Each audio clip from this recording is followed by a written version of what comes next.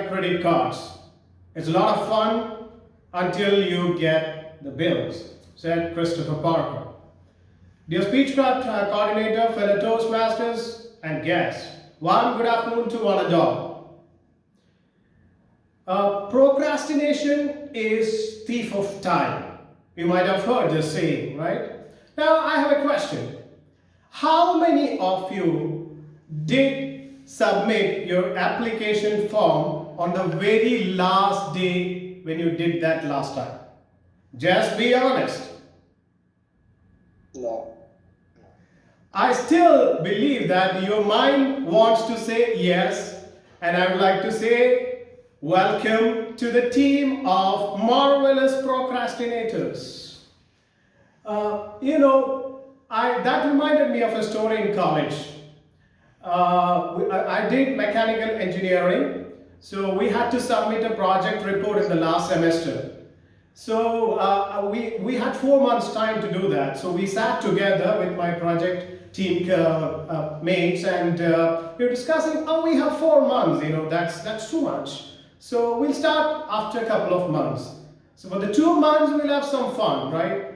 So yeah, so the progress of the project, that graph remained very flat until we are left with a couple of weeks. Then the panic monster suddenly woke up. Oh, the fear of embarrassment comes in. And then we started putting together the contents and typing and a lot of printing, binding, and the last hour we submitted project report to the head of the department. Then we were all relieved. The very next week, head of the department called our whole team over to his room. So we thought, okay, what's going to happen? We went there, and then he, with a rare smile, he told us, I saw your report. It's a good job. Our teammates just looked at one another, pleasantly surprised. But in a minute we realized that we all had a problem understanding sarcasm. Of course, it was not a good day in our college life, right? The project report was not up to the mark, of course. And from those days onwards, I still was a procrastinator. Because after that, I joined in my first job. My job was to prepare techno-commercial bids for control valve project requirements. So that was a world of deadlines. And whenever I was met with some tough projects with some new requirements, I used to procrastinate. And of course, I got landed into deep trouble.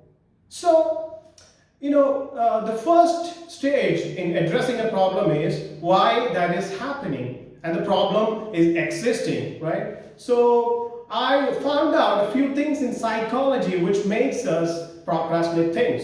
What are they? You see, our brain has two portions with conflicting interests. The first one is the frontal cortex, which actually is the rational decision maker in your brain. But there is a lizard brain, which always want you to engage in activities which provides a lot of fun. So, when you are in a task, when you procrastinate, what happens? Until the panic monster wakes this frontal cortex up, you always get engaged in fun activities. You might know that, whenever you're doing a tough task in the office, you want to have a 5 minutes coffee break. And all of a sudden, what happens? That 5 minutes break expands into a couple of hours. You want to watch the social media videos, some chit chats, and have unnecessary chit chats with your friends, right? Gossiping. All these things, the instant gratification monkey, which is called the lizard brain, wants you to do. But what are the things that you normally procrastinate? So we need to look deep into that, right?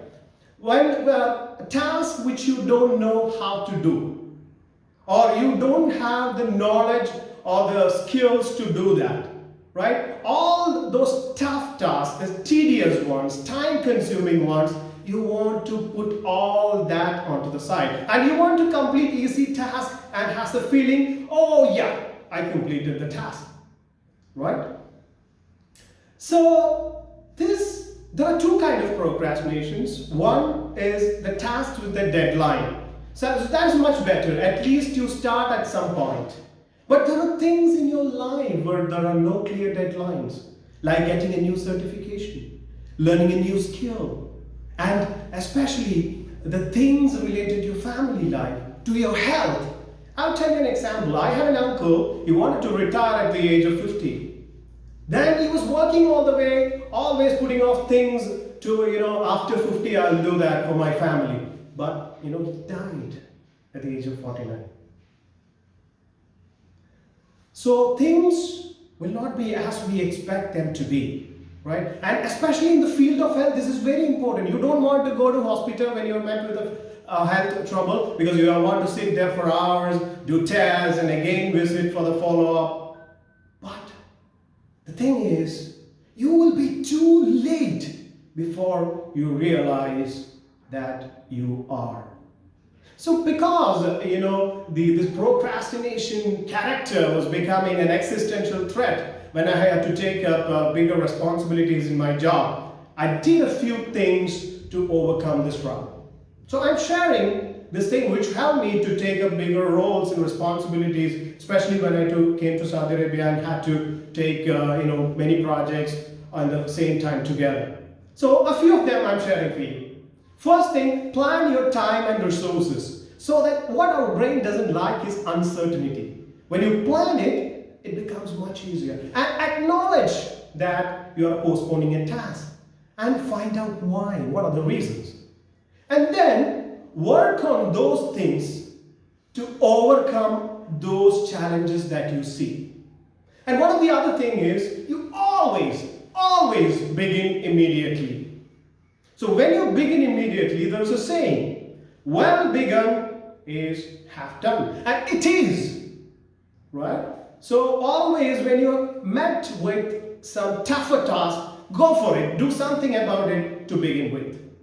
And last but not the least, the David Allen's 2-minute rule. If you're able to finish a task in a couple of minutes, don't wait, just go and do it. And as they say, only put off until tomorrow what you're willing to die having left undone. Don't ever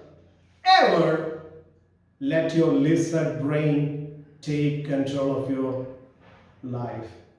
And don't ever be a marvelous procrastinators. Won't you?